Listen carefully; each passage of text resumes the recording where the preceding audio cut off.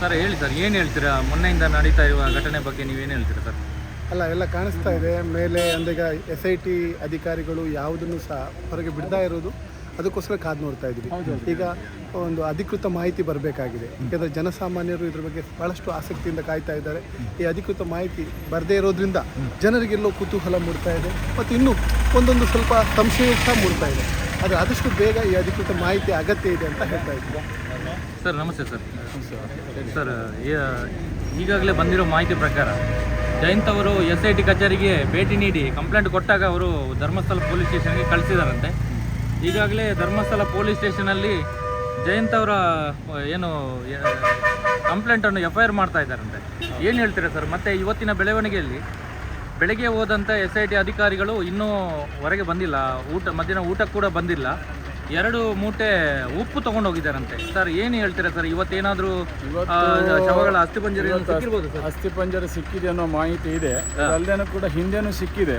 ಕೆಲವೊಂದು ತನಿಖೆಯ ದೃಷ್ಟಿಯಿಂದ ಅದನ್ನು ಸ್ವಲ್ಪ ಮುಚ್ಚಿಟ್ಟಿದ್ದಾರೆ. ಅಂದರೆ ತನಿಖೆ ಪೂರ್ಣ ಪ್ರಮಾಣದಲ್ಲಿ ಆಗಲಿ ಅನ್ನೋ ಕಾರಣಕ್ಕೆ, ಈಗಾಗಲೇ ಬೇಡ ಅನ್ನೋ ಕಾರಣಕ್ಕೆ ಇಟ್ಟಿದ್ದಾರೆ. ನಮಗೆ ಇಲ್ಲಿ 1 ಆಗಲಿ 2 ಆಗಲಿ ಎಷ್ಟೇ ಸಿಕ್ಕಿದ್ರು ಕೂಡ ಅದು ಹೋರಾಟಗಾರರಿಗೆ ಸಿಕ್ಕಿರುವಂಥ ಜಯ ಅದು. ಆದರೆ ಇಲ್ಲಿ ಇದು ಒಂದೇ ಅಲ್ಲ, ಇದು ಸ್ಯಾಂಪಲ್ ಮಾತ್ರ. ಇಲ್ಲಿ ಇನ್ನುಳಿದ ಜಾಗ ಇದೆಯಲ್ಲ, ಇನ್ನುಳಿದ ಜಾಗಕ್ಕೆ ಬಹಳ ವಿಶೇಷತೆ ಇದೆ. ಅದೇನಂತ ಮುಂದಿನ ದಿನಗಳಲ್ಲಿ ಹೇಳ್ತೇವೆ. ಇದು ಕಾಡು ಪ್ರದೇಶ, ಇದು ಹೇಳಿದಾರಲ್ಲ ಅಲ್ಲಲ್ಲಿ ಹೆಣಗಳು ಸಿಗ್ತದೆ, ಹುಗಿತಾರೆ, ಬೇರೆ ಯಾರೋ ತಂದಿದ್ರು ಅಂತ ಹೇಳ್ತಾರೆ. ನಮ್ಮ ಸ್ವಂತ ಜಾಗದಲ್ಲಿ ಸಿಕ್ಕಿದಾಗ ಅದಕ್ಕೆ ಒಂದು ಅರ್ಥ ಬರುತ್ತೆ. ಹಾಗಾಗಿ ಸ್ವಲ್ಪ ದಿನ ಕಾದು ನೋಡಬೇಕಾಗಿದೆ. ಈಗಾಗಲೇ SIT ಕಚೇರಿಗೆ ನಾವು ಕೂಡ ಒಂದು ಕಂಪ್ಲೇಂಟ್ ಕೊಟ್ಟು ಬಂದಿದ್ದೀವಿ. ಏನು ಮಾಜಿ ಅಧ್ಯಕ್ಷ ಇದ್ದಾರೆ, ಮತ್ತು ಹಾಲಿ ಉಪಾಧ್ಯಕ್ಷ ಇದ್ದಾರೆ, ಮತ್ತು ಮಹಾಬಲ್ ಶೆಟ್ಟಿ ಅವರಿದ್ದಾರೆ. ಪಂಚಾಯತಿನ ಅಧ್ಯಕ್ಷರು ಮತ್ತು ನಮ್ಮ ಧರ್ಮಸ್ಥಳ ಪಂಚಾಯತ್ನ ಉಪಾಧ್ಯಕ್ಷರು, ಮತ್ತು ಹಾಲಿ ಇಲ್ಲಿ ಮಂಗಳೂರು ಆಸ್ಪತ್ರೆಯ ಏನು KS ಹೆಗ್ಡೆ ಆಸ್ಪತ್ರೆಯ ಡಾಕ್ಟ್ರ್ ಇದ್ದಾರೆ ಮಹಾಬಲ್ ಶೆಟ್ಟಿ ಅವರು. ನಾನು ಕೂಡ ಹೋಗಿದ್ದೀನಿ ಅಂತ ಹೇಳ್ತಾರೆ. ಒಬ್ಬ ಡಾಕ್ಟ್ರಾಗಿ ಅಂಥ ಬೇಜವಾಬ್ದಾರಿ ಹೇಳಿಕೆಯನ್ನು ಹೇಳೋದು ತಪ್ಪು ಅವರು. ಯಾಕೆಂದರೆ ಸ್ಥಳದಲ್ಲಿ ಇಲ್ಲದೆ ನಾನು ಎಲ್ಲೋ ನಿಂತ್ಕೊಂಡು ನಾನು ಅಲ್ಲಿ ಹೋಗ್ತಿದ್ದೀನಿ ಅಂದರೆ ಎಲ್ಲಂತ ತಿಳ್ಕೊಳ್ಬೇಕು. ಒಬ್ಬ ಜವಾಬ್ದಾರಿಯುತವಾದ ಸ್ಥಾನದಲ್ಲಿರುವವರು ಬೇಕಾಬಿಟ್ಟು ಹೇಳಿಕೆ ಮಾಡಿದ್ರು. ನಮಗೀಗ ಅನುಮಾನ ಏನು ಬರ್ತಾ ಇದೆ ಅಂತ, ಸೌಜನ್ಯ ಕೇಸ್ನಲ್ಲಿ ಸಂತೋಷ್ ರಾವ್ ಬಗ್ಗೆ ಕೊಟ್ಟಿರುವ ಹೇಳಿಕೆ ಡೂಪ್ಲಿಕೇಟ್ ಏನು ಅಂತ ನಮ್ಗೆ ಅನುಮಾನ ಬರ್ತಾ ಇದೆ. ಯಾಕೆಂದರೆ ಇವತ್ತು ಅವರು ಏನಿಲ್ಲಿ ಸ್ಪಾಟನ್ನು ನೋಡಿದೆ, ಎಲ್ಲೋ ಇದ್ಕೊಂಡು ನಾವಲ್ಲಿ ನೋಡಿದ್ದೇವೆ ಅಂತ ನೋಡಿದರೆ ಇವರು ಕೂಡ ಅಪರಾಧಿಗಳೊಟ್ಟಿಗೆ ಶಾಮೀಲಾಗಿದ್ದಾರೆ ಅನ್ನೋದು ನಮಗೆ ಅನುಮಾನ ಬರ್ತಾ ಇದೆ. ಮತ್ತು 72 ಶವಮಾಜರನ್ನು ಮಾಡಿದ್ದಾರೆ ಅಂತ ಹೇಳ್ತಿದ್ರು. ಇಲ್ಲಿ 60-70 ಶವಮಾಜರನ್ನು ನಾನು ಧರ್ಮಸ್ಥಳ ಭಾಗದಲ್ಲಿ ಅಂದರೆ ನೀವು ಒಬ್ಬರೇನೆ ಇಲ್ಲಿ ಕೇಳ್ತಾ ಇರೋದು. ನಾವು ಪ್ರಥಮ ಪ್ರಾಶಸ್ತ್ಯವನ್ನು ಸರ್ಕಾರಿ ವೈದ್ಯರಿಗೆ ಕೊಡಬೇಕು. ಸರ್ಕಾರಿ ವೈದ್ಯರು ಇಲ್ಲದೆ ಯಾಕೆ ನೀವು KS ಹೆಗ್ಡೆ ಕಾಲೇಜಿನ ಡಾಕ್ಟ್ರಿಗೆ ಕೊಡ್ತಿದ್ದೀರಿ? ಅನುಮಾನ ಈಗ ಮೂಡಲಿಕ್ಕೆ ಪ್ರಾರಂಭ ಆಗಿದೆ. ಮತ್ತು ಎಲ್ಲೋ ಕೂತ್ಕೊಂಡು ನೀವು ನಾನು ಅದೇ ಸ್ಥಳದಲ್ಲಿ ನಾನೇ ಹುಗ್ದಿದ್ದಂತ ಹೇಳಿದರೆ ಇದರ ಅರ್ಥ ಏನು ಬರ್ತದೆ? ಒಬ್ಬ ಜವಾಬ್ದಾರಿಯುತವಾದ ಒಬ್ಬ ಡಾಕ್ಟ್ರು ಸ್ಥಳವನ್ನು ನೋಡಿಲ್ಲ, ಇನ್ನು ಎಲ್ಲಿ ಏನು ಸಿಕ್ಕಿದೆ ಅಂತ ಗೊತ್ತಿಲ್ಲ. ಅದಕ್ಕಿಂತ ಮೊದಲೇ ಒಂದು ವಿಡಿಯೋ ಪ್ರಕಾರ ಮಾತಾಡ್ತಾರಂದರೆ ಇವರು ಕೂಡ ಶಾಮೀಲಾಗಿದ್ದಾರೆ ಅಂತಲೇ ಅರ್ಥ. ನಾನು SITಗೀಗ ಅವ್ರ ಮೇಲೆ ಕಂಪ್ಲೇಂಟ್ ಕೊಟ್ಟಿದ್ದೇನೆ. ಇವರನ್ನು ತನಿಖೆ ಮಾಡಬೇಕು. ಮತ್ತು ನಾನು ಈ ಮುಖಾಂತರ ಆಗ್ರಹಿಸೋದೇನು ಕೇಳಿದರೆ, ಫಸ್ಟು ಗ್ರಾಮ ಪಂಚಾಯತ್ ಉಪಾಧ್ಯಕ್ಷರು ಹೇಳಿದಾರಲ್ಲ, ಮತ್ತು ಇವ್ರು ಹೇಳಿದಾರಲ್ಲ, ಯಾರು ಡಾಕ್ಟರ್ ಮಹಾಬಲ್ ಶೆಟ್ಟಿ ಅವ್ರು ಹೇಳಿದಾರಲ್ಲ, ಆ ಸ್ಥಳವನ್ನು ಫಸ್ಟ್ ತನಿಖೆ ಮಾಡಿ ಅಂತಲೇ ಕೊಟ್ಟಿದ್ದೀನಿ ಈಗ. ಯಾಕೆಂದರೆ ಆಮೇಲೆ ಇವ್ರು ಏನು ಭೀಮಾ ತೋರಿಸ್ತಾನೆ ಅದೇ ಸ್ಥಳದಲ್ಲಿ ನಾನು ಹೋಗ್ದಿದ್ದೇನೆ ಅನ್ನೋದು ಬೇಡ ಅಲ್ಲ ಅವರು. ಅದಕ್ಕೆ ಫಸ್ಟ್ ಅವರು ಎಲ್ಲೆಲ್ಲಿ ಹೋಗ್ದಿದ್ದಾರೆ ಅನ್ನೋದು ದಾಖಲಾತಿ ತಗೊಂಡು ಹುಡುಕಿ, ಆ ನಂತರ ಭೀಮಾ ಎಲ್ಲಿ ಹೇಳ್ತಾನೋ ಆ ನಂತರ ಅದನ್ನು ಹುಡುಕಿ. ಯಾಕಂದರೆ ಭೀಮಾ ಸಿಕ್ಕಿದ್ದಕ್ಕೆ ಭೀಮಾ ಎಲ್ಲಿ ಹುಡುಕಿ ಸಿಗ್ತದೋ ಬಾಡಿ, ಅದನ್ನು ನಾವು ಹುಗ್ದಿದ್ದಂಥ ಸ್ಟೇಟ್ಮೆಂಟ್ ಕೊಡ್ತಿದ್ದಾರೆ. ಎಂಥ ಒಬ್ಬ ಡಾಕ್ಟ್ರು ಬೇಜವಾಬ್ದಾರಿಯುತ ಹೇಳಿಕೆ ಕೊಟ್ಟರೆ ಅನುಮಾನ ಬರೋದಿಲ್ವಾ? ಸಂತೋಷ್ ರಾವ್ ಕೇಸಲ್ಲೂ ಕೂಡ ಇವರೇ ಡಾಕ್ಟ್ರು. ಧರ್ಮಸ್ಥಳದಲ್ಲಿ ನಾನು ದಾಖಲಾತಿ ನೋಡಿದೆ. ಧರ್ಮಸ್ಥಳದಲ್ಲಿ ಠಾಣೆಯಲ್ಲಿ ಆದಂಥ ಹಲವಾರು ಕೇಸ್ಗಳಿಗೆ ಡಾಕ್ಟ್ರು ಒಬ್ಬರೇ, ಅದು ಮಹಾಬಲ್ ಶೆಟ್ಟಿ ಮಾತ್ರ. ಹಾಗಾದರೆ ಗೌರ್ಮೆಂಟ್ ಡಾಕ್ಟ್ರು ಇಡೀ ಮಂಗಳೂರಲ್ಲಿ ಯಾರೂ ಇಲ್ವಾ? ಬೇರೆ ಯಾರಿಗೂ ಡಾಕ್ಟ್ರ್ ಅಲ್ವಾ? ಅವ್ರು ಯಾರು ಡಾಕ್ಟ್ರ್ ಅಲ್ವಾ? ವೆನ್ಲಾಕಲ್ಲಿ ಡಾಕ್ಟ್ರ್ ಇಲ್ವಾ? ಯಾಕೆ ವೆನ್ಲಾಕ್ ಡಾಕ್ಟ್ರ್ ಹತ್ರ ಕರ್ಕೊಂಡು ಹೋಗೋದಿಲ್ಲ ನೀವು? ಇಲ್ಲಿ ಎಲ್ಲವನ್ನು ಕೂಡ ಯಾಕೆ KS ಹೆಗ್ಡೆ ಮಹಾಬಲ್ ಶೆಟ್ಟಿ ಅವರಿಗೆ ರೆಫರ್ ಮಾಡ್ತೀರಿ? ಅವರೇ ಬಂದು ಯಾಕೆ ಇಲ್ಲಿ ಪೋಸ್ಟ್ಮಾರ್ಟಮ್ ಮಾಡಬೇಕು? ಆಯಿತು, ಅವ್ರ ಬಗ್ಗೆ ಗೌರವ ಇತ್ತು. ನಿನ್ನೆ ಕೊಟ್ಟಿರೋ ಒಂದು ಹೇಳಿಕೆ ಇದೆಯಲ್ಲ, ಇಡೀ ಪ್ರಕರಣಕ್ಕೆ ಹೊಸ ತಿರುವು ಮೂಡಿಸಿದೆ. ಯಾಕೆಂದರೆ ಇವರು ಕೂಡ ಇನ್ವಾಲ್ವ್ ಆಗಿದ್ದಾರೆ ಅನ್ನೋದು ಸ್ಪಷ್ಟವಾಗಿ ಕಾಣ್ತದೆ. ಹಾಗಾಗಿ ನಾವು ಈಗಾಗಲೇ SIT ಮೊಹಂತಿ ಸರ್ನು ಕೂಡ ಅಲ್ಲಿ ಅವರಿಗೆ ಅರ್ಜಿಯನ್ನು ಕೊಟ್ಟು ಬಂದಿದ್ದೇವೆ. ಆ ಮೂವರ ಮೇಲೆ ತನಿಖೆ ಆಗಬೇಕು ಅನ್ನೋದನ್ನು ಕೊಟ್ಟು ಬಂದಿದ್ದೇವೆ. ಹಾಗಾಗಿ ಯಾರೇನು ಯೋಚನೆ ಪಡುವಂಥದ್ದು ಬೇಡ, ಚಿಂತೆ ಪಡುವಂಥದ್ದು ಬೇಡ. ಪ್ರಕರಣಕ್ಕೆ ತಾರ್ಕಿಕ ಅಂತ್ಯ ಸಿಕ್ಕೇ ಸಿಗ್ತದೆ. ಅಪರಾಧಿಗಳು ಯಾರಂತ ಅರ್ಧ ಸಿಕ್ಕಿದೆ, ಈಗ ಇನ್ನೊಂದು ಅರ್ಧ ಸಿಗಲಿಕ್ಕಿದೆ. ಅದು ಇನ್ನೊಂದು ಸದ್ಯದಲ್ಲೇ ಇನ್ನೊಂದು ವಾರ 10 ದಿನದಲ್ಲೇ ಈ ಪ್ರಕರಣಕ್ಕೊಂದು ತಾರ್ಕಿಕ ಅಂತ್ಯ ಖಂಡಿತ ಸಿಗ್ತದೆ. ಸರ್, ಕಳೆದ 1 ವಾರದಿಂದ ಶವ ಶೋಧ ಕಾರ್ಯ ನಡೀತಾ ಇದೆ. ಆದರೆ 6ನೇ ಸ್ಪಾಟಲ್ಲಿ ಮಾತ್ರ ಒಂದು ಶವದ ಕಳೆಬರ ಸಿಕ್ಕಿದೆ ಅಂತ ಮಾಹಿತಿ ಬಂದಿದೆ. ಯಾರು ಹೇಳಿದ್ದು? ಇಲ್ಲಿ ನೋಡಿ, ಯಾವ ಒಬ್ಬ ಪತ್ರಿಕೆಯವರಿಗೂ ಕೂಡ, ಯಾರೊಬ್ಬ ಜನಸಾಮಾನ್ಯರಿಗೂ ಕೂಡ ಎಷ್ಟು ಸಿಕ್ಕಿದೆ ಅನ್ನುವಂಥ ಮಾಹಿತಿ ಯಾರಿಗೂ ಇಲ್ಲ. SIT ಅಧಿಕಾರಿಗಳು ಅದನ್ನು ಗುಪ್ತವಾಗಿಟ್ಟಿದ್ದಾರೆ. ಯಾಕೆ ಕೇಳಿದರೆ, ಇಲ್ಲಿ ಆದಂಥ ಕೆಲವೊಂದು ಸಮಸ್ಯೆಗಳು ಗೊತ್ತಾಗಬಾರ್ದು ಅನ್ನೋ ಒಂದು ಕಾರಣಕ್ಕೆ ಅದನ್ನು ನಿಲ್ಲಿಸಿಟ್ಟಿದ್ದಾರೆ. ಇವತ್ತು ಕೂಡ SIT ಅಧಿಕಾರಿಗಳು ಹೇಳಲಿಲ್ಲಲ್ಲ, ಒಂದೇ ಅಂತ ಯಾಕೆ ನೀವು ಆಲೋಚನೆ ಮಾಡ್ತೀರಿ? ಆದರೆ ಎಲ್ಲ ಕಡೆನೂ ಸಿಕ್ಕಿದೆ, ಅದಕ್ಕೆ ಸಂಬಂಧಪಟ್ಟಂತೆ ಎಲ್ಲ ಕಡೆ ಸಿಕ್ಕಿದೆ. ಇನ್ನೊಂದು ವಿಶೇಷ ಏನನ್ನು ಕೇಳಿದರೆ, ಇದರಲ್ಲಿ ಇನ್ನೊಂದು ವಿಶೇಷ ಏನು ಕೇಳಿದರೆ, ನಾನು ಕೂಡ ಫಾರೆನ್ಸಿಕ್ ಡಾಕ್ಟ್ರನ್ನ ಮೀಟ್ ಆಗಿದ್ದೀನಿ. ಅವ್ರು ಹೇಳುವ ಪ್ರಕಾರ ಸುಮಾರು 10-15 ವರ್ಷದ ಹಿಂದೆ ಆದರೆ 15 ವರ್ಷದ ಹಿಂದೆ ಆದರೆ ನೀರಿನಲ್ಲಿ ಬಾಡಿ ಇದ್ದರೆ ಆ ಮೂಳೆ ಕೂಡ ಸೌದು ಹೋಗ್ತದೆ. ಆ ಮೂಳೆ ಸೌದು ಹೋಗಿ ಆ ಮೂಳೆ ಅನ್ನೋದು ಕಪ್ಪು ಬಣ್ಣಕ್ಕೆ ತಿರ್ತದೆ. ಇದು ಫಾರೆನ್ಸಿಕ್ ಡಾಕ್ಟರ್ ಕೊಟ್ಟಿರುವಂಥ ಒಂದು ಮಾಹಿತಿ. ಮಣ್ಣಲ್ಲಿ ಮಣ್ಣಾಗಿ ಹೋಗುತ್ತೆ. ಅದು ಯಾವಾಗ? ಅದು ನೀರಲ್ಲಿ ಹುಟ್ಟಿದ್ರೆ ಮಾತ್ರ. ಎಷ್ಟು ವರ್ಷಕ್ಕೆ ಸರ್? ಒಂದು 10ರಿಂದ 15 ವರ್ಷದಲ್ಲಿ ಆಗ್ತದೆ. 10ರಿಂದ 15 ವರ್ಷದಲ್ಲಿ ಆಗ್ತದೆ. ಹಾಗಾಗಿ ಇಲ್ಲಿ ಸಿಗ್ತದೋ ಸಿಗುದಿಲ್ಲೋ ಆ ಮಣ್ಣನ್ನು ಕೂಡ ಅದನ್ನು ಟೆಸ್ಟ್ ಮಾಡಬೇಕನ್ನೋದನ್ನು ನಾವು ಮೊಹಂತಿ ಸಾರಿಗೆ SIT ಅಧಿಕಾರಿಗಳಿಗೆ ಹೇಳಿದ್ದೇವೆ. ಫಾರೆನ್ಸಿಕ್ಸ್ನವರು ಏನು ಅವನು ತೋರಿಸ್ತಾನೆ ಅಲ್ಲಿ ಇರುವಂಥ ಮಣ್ಣನ್ನು ಕೂಡ ಅದನ್ನು ತನಿಖೆ ಮಾಡಬೇಕು ಅಂತ. ಇಲ್ಲಿಯವರೆಗೂ ನಡೀತಾ ಇರುವಂಥ SIT ಕಾರ್ಯಾಚರಣೆ ಬಗ್ಗೆ ನಿಮಗೆ ನಂಬಿಕೆ ಇದೆ ಸರ್? ಕರೆಕ್ಟಾಗಿ ನಡೀತಾ ಇದೆ? ಈಗ ಒಬ್ಬ ಅಧಿಕಾರಿ ಅವರು ಭೀಮನನ್ನು ಬೆದರಿಸಿ ಒಂದು ವಿಡಿಯೋ ಮಾಡಿ ನೋಡಿ, 5 ಬೆರಳು ಸರಿ ಇರೋದಿಲ್ಲ. ಹಾಗಂತ ಆ ಕೈಯೇ ಸರಿ ಇಲ್ಲ ಅಂತ ಹೇಳಲಿಕ್ಕೆ ಆಗೋದಿಲ್ಲ. ನಮಗೆ ಮೊಹಂತಿ ಸರ್ ಅವರ ಮೇಲೆ ಸಂಪೂರ್ಣ ನಂಬಿಕೆ ಇದೆ. ಅನುಚೇತ್ ಅವ್ರ ಮೇಲೆ ನಂಬಿಕೆ ಇದೆ. SIT ಮುಖ್ಯಸ್ಥರಿದ್ದಾರಲ್ಲ, ಅವ್ರ ಮೇಲೆ ನಂಬಿಕೆ ಇದೆ. ಕೆಳಗಿರುವವರಂತ ಏನೇ ಮಾಡಿದರೂ ಕೂಡ ಯಾವುದ್ರಲ್ಲಿ ಮಾಡ್ತಾರೆ? ಎಷ್ಟು ಮಾಡ್ಲಿಕ್ಕೆ ಸಾಧ್ಯ ಇದೆ? 100 ಶವಗಳಿದೆ. 1 ಶವಗಳ ಬಗ್ಗೆ ತಪ್ಪು ದಾರಿನ ತಿಳಿಸ್ಬೋದು, 2 ಶವಗಳ ಬಗ್ಗೆ ತಪ್ಪು ಮಾಹಿತಿಯನ್ನು ಕೊಡ್ಬೋದು. 100 ಶವಗಳಿದೆ. 100 ಶವಗಳಲ್ಲಿ ಯಾವುದಾದ್ರೂ ಒಂದಕ್ಕಾದರೂ ಅಧಿಕೃತವಾದ ದಾಖಲೆ ಇದ್ದೇ ಇದೆ. ಯಾಕೆಂದರೆ ನಾನು ಕೂಡ ಇಡೀ ರಾಜ್ಯದಲ್ಲಿ 3 ವರ್ಷದಲ್ಲಿ ಸತ್ತಂಥ ಮಾಹಿತಿಯನ್ನು ತಗೊಂಡಿದ್ದೇನೆ. 26,000 ಜನ ಪುರುಷರು ಸತ್ತಿದ್ದಾರೆ. ಎಲ್ಲಿ ಸರ್? ಇಡೀ ರಾಜ್ಯದಲ್ಲಿ 26,000 ಜನ ಆತ್ಮಹತ್ಯೆ ಮಾಡ್ಕೊಂಡು ಸತ್ತಿದ್ದಾರೆ. 6,000 ಜನ ಮಹಿಳೆಯರು ಸತ್ತಿದ್ದಾರೆ ಅದರಲ್ಲಿ. ಮತ್ತು ಇಡೀ ಬೆಳ್ತಂಗಡಿ ಮಂಗಳೂರು ಜಿಲ್ಲೆಯಲ್ಲಿ UDR ಅನ್ನು ನಾವು ಕೇಳಿದ್ದೇವೆ, ಇನ್ನೂ ಕೂಡ ಕೊಟ್ಟಿಲ್ಲ. ಧರ್ಮಸ್ಥಳ ಠಾಣೆಗೆ ನಾವು ಮಾಹಿತಿ ಕೇಳಿದ್ದೇವೆ, ಅದನ್ನು ಕೂಡ ಇನ್ನೂ ಕೊಟ್ಟಿಲ್ಲ. ಅದನ್ನು ಕೂಡ ಇವತ್ತು ನಾವು ಹೋಗಿ ಕೇಳಿದ್ದೇವೆ. ಇನ್ನೊಂದು 2 ದಿನದಲ್ಲಿ ಕೊಡ್ತೀನಿ ಅನ್ನೋಂಥ ವಿಷಯವನ್ನು ಹೇಳಿದ್ದಾರೆ.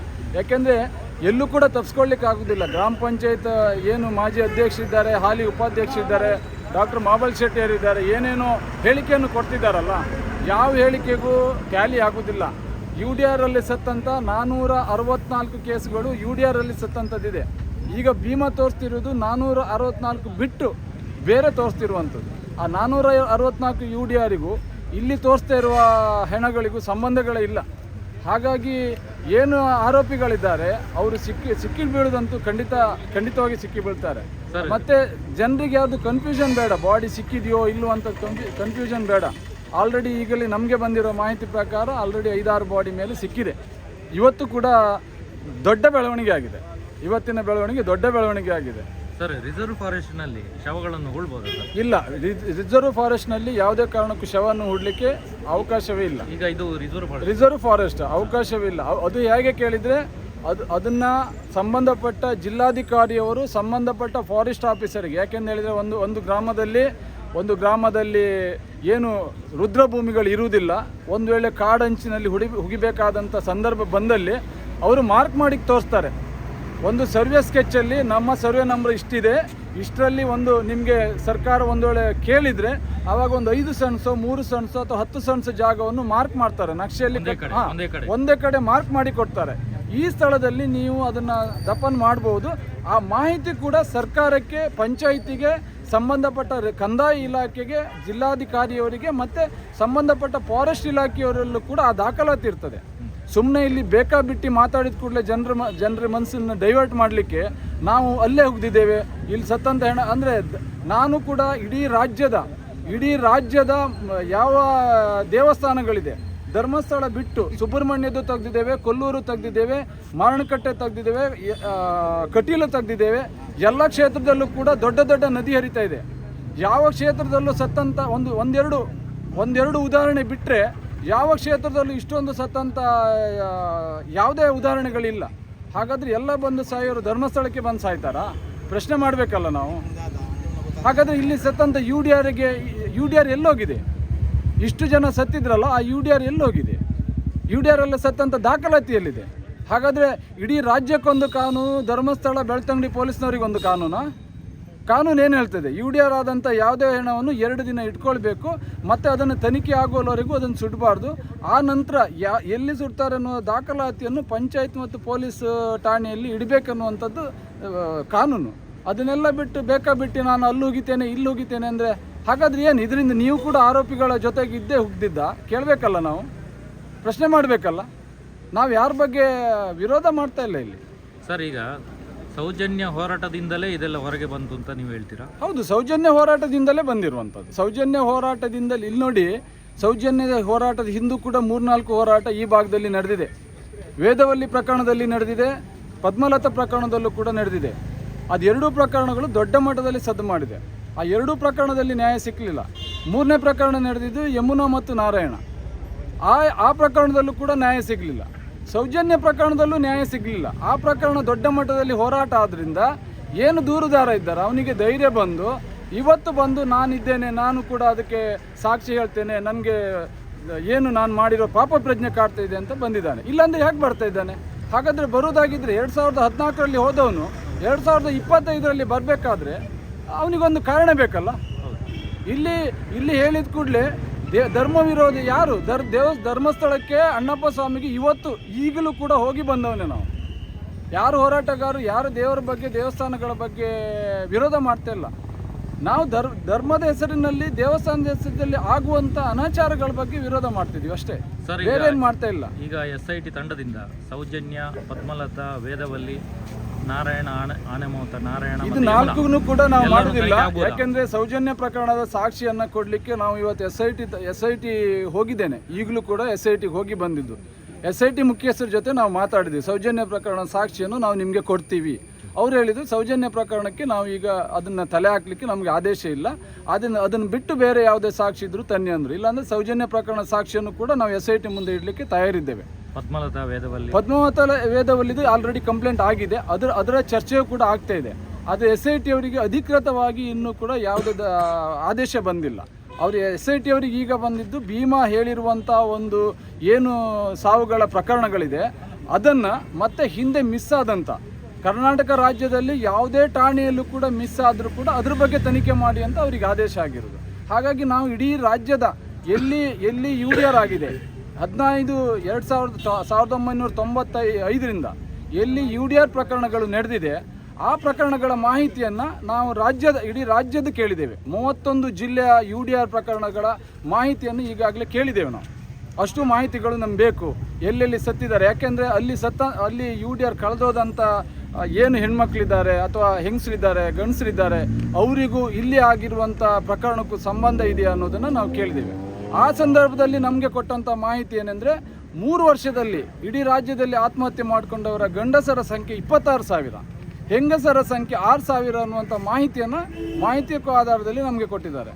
ಅದರಲ್ಲಿ ನಾವೇನು ಮಾಡಿದರೆ ಬೈಪರಿಕೇಷನ್ ಮಾಡಿ ಕೇಳಿದ್ದೇವೆ. ಈಗ ಮತ್ತೆ ಪುನಃ ನಮಗೆ ಕಾಣೆಯಾದವರ ವಿವರ ಕೊಡಿ, ಮತ್ತು ಯಾರು ಸಿಕ್ಕಿದ್ದಾರೆ, ಯಾರು ಸಿಗಲಿಲ್ಲ, ಮತ್ತು ಅವರ ಬಗ್ಗೆ ಮಾಹಿತಿ ಇದ್ದಲ್ಲಿ ಅವ್ರು ಎಲ್ಲಿಗೆ ಹೋಗಿ ಕಳೆದೋಗಿದ್ದಾರೆ, ಶಾಲೆಗೆ ಹೋಗಿನ, ಎಲ್ಲ ಟೆಂಪಲಿಗೆ ಹೋಗಿನ, ಎಲ್ಲ ಬೆಂಗಳೂರಿಗೆ ಹೋಗಿ ಅಂತ ಹೇಳಿ ಕಳೆದೋಗಿದ್ದಾರೆ, ಏನು ಕಂಪ್ಲೇಂಟ್ ಇರ್ತದೆ ಅದೆಲ್ಲ ಕಾಪಿಯನ್ನು ಕೊಡಿ ಅಂತ ಕೇಳಿದ್ದೇವೆ.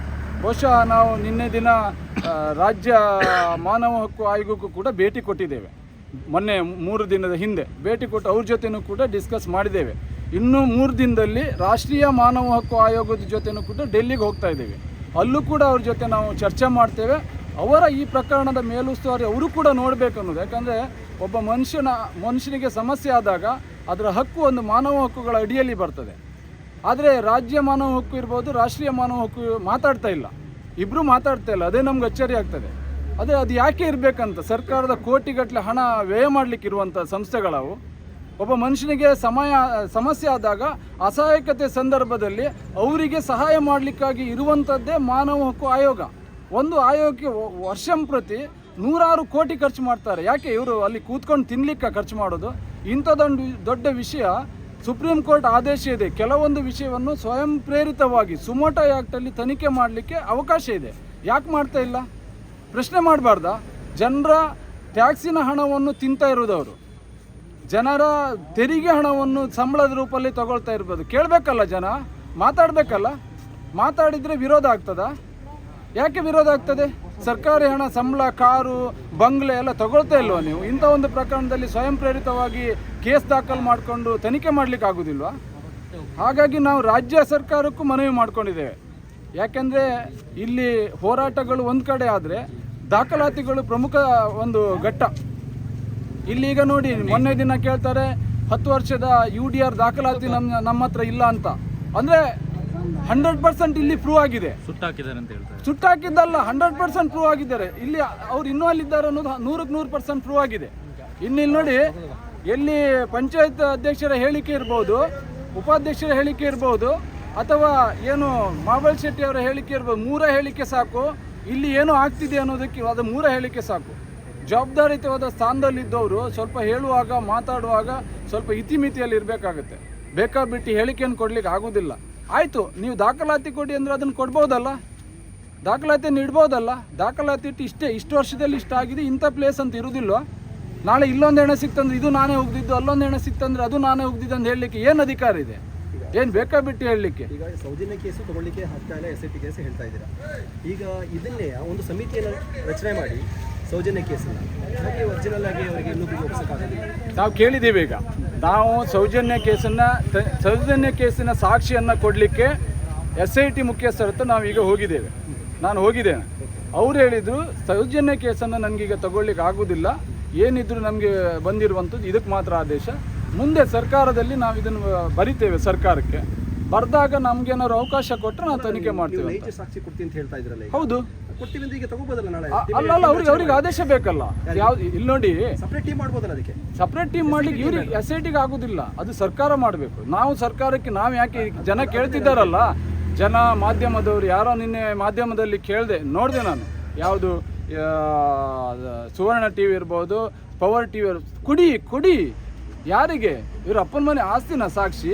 ಇರೋ ಒಂದು ಸಾಕ್ಷಿ ಈಗ ಬಂದಿದ್ದಾರೆ, ಅವ್ನು ಉಳಿಸ್ಕೊಳ್ಳೋಕ್ಕೆ ಪೊಲೀಸ್ನವರು 25 ಜನ ಗನ್ಮ್ಯಾನ್ ಹಿಡ್ಕೊಂಡಿದ್ದಾರೆ. ಯಾವಾಗ ಏನಾಗುತ್ತೆ ಅನ್ನೋಂಥ ಪರಿಸ್ಥಿತಿ ಇದೆ.